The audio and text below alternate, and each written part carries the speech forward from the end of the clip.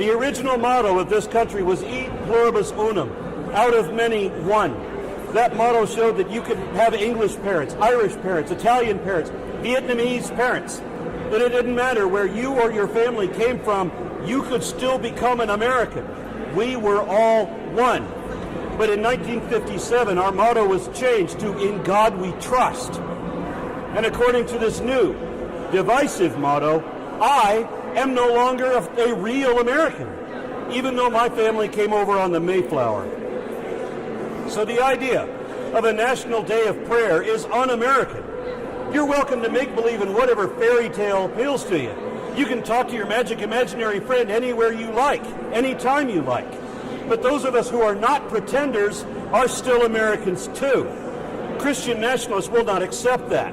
They don't believe in the values of freedom or equality that this nation was based on. They want an authoritarian autocracy instead. They want absolute power over you, Christians. Are you hearing me? I'm talking to you. And they have deceived you.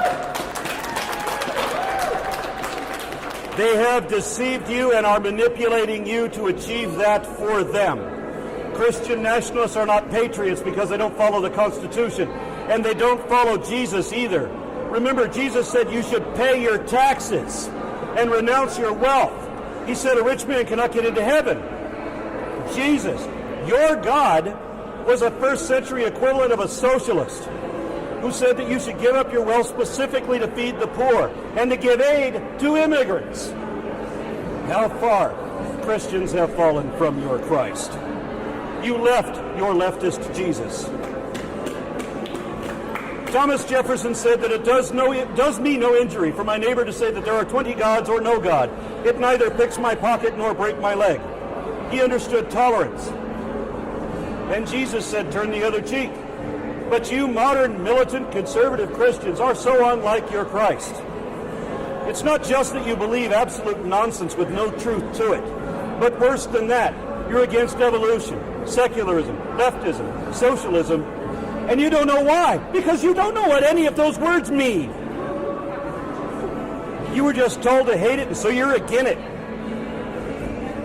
Because you bought into a system that is against education, against science, because your preachers don't want you to understand anything, because a lack of understanding leads to fear and hate, and that's what your leaders want. They want you to be irrational reactionaries, fearful even of progress. You bought into a system of tribalism that is based on hate, hatred of the other ethnicities, other cultures, other opinions, and what you call races, and anything that doesn't fit into your binary perspective. Because you've been conditioned to think in terms of black or white, left or right or wrong, male or female, Democrat or Republican, as if the GOP are all right-wing conservatives and every Democrat is a cannibalistic, communistic, baby-eating, devil-worshipping pedophile. That obviously can't be true, of course. But even when your preachers tell you something that dumb, that impossibly ridiculous, you still believe it blindly because you're not using your right to think. You react to unbelievers the way you've been conditioned to react. Your propaganda machine pretends that you have the moral high ground to get you fired up, and they let you keep your guns so that you'll feel safe and you'll feel powerful.